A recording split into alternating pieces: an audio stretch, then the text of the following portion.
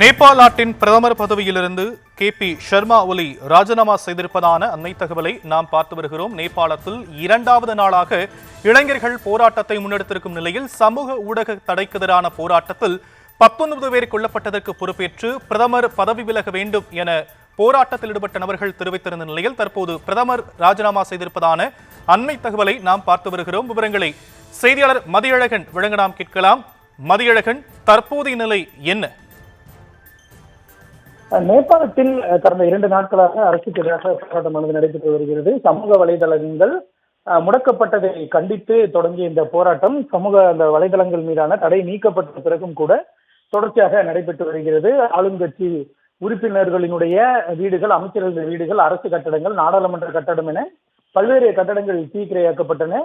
இந்த நிலையில் தற்பொழுது தொடர்ச்சியாக போராட்டமும் நடைபெற்று வரக்கூடிய சூழலில் எந்த நேரமும் ராணுவம் ஆட்சி பொறுப்பை ஏற்கலாம் என்ற தகவல் வெளியாகி வந்த நிலையில் தற்பொழுது நேபாளத்தினுடைய பிரதமர் KP ஷர்மா ஒலி தனது பதவியை ராஜினாமா செய்திருக்கிறார். இது தொடர்பாக அதிகாரப்பூர்வமான கடிதமும் தற்பொழுது வெளியாகி இருக்கிறது. 2 நாட்களாக தொடர்ச்சியாக போராட்டம் நடைபெற்று வரக்கூடிய சூழலில் துப்பாக்கிச் சூட்டில் 19 பேர் வரை உயிரிழந்திருப்பதாகவும் தகவல்கள் வெளியாகி இருந்த நிலையில் தற்பொழுது KP ஷர்மா ஒலி தனது பதவியை ராஜினாமா செய்திருக்கிறார். இவர் 2023 முதல் 24ஆம் ஆண்டு வரை பிரதமராக எதிர்க்கட்சி தலைவராக ஏற்கனவே இருந்தார். இந்த நிலையில் பிரதமராக 2022ஆம் ஆண்டிலிருந்து KP ஷர்மா ஒலி இருந்த நிலையில் தற்பொழுது இவர் இந்த பதவியை ராஜினாமா செய்திருக்கிறார்.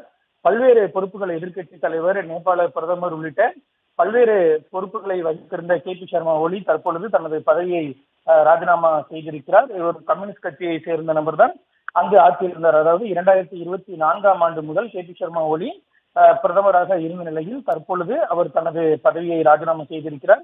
KP ஷர்மா ஒலி எந்நேரமும் வெளிநாட்டிற்கு தப்பிச் செல்லலாம் என்ற ஒரு தகவலும் வெளியாகி இருந்தது. மேலும் போராட்டம் உச்சகட்டத்தை எட்டி இருக்கக்கூடிய நிலையில் தாம் நாட்டை விட்டு வெளியேறுவதற்கான வசதிகளை செய்து தருமாறு ராணுவத்திற்கு அவர் கோரிக்கையை விடுத்திருந்ததாகவும் தகவல்கள் வெளியாகி இருந்தன.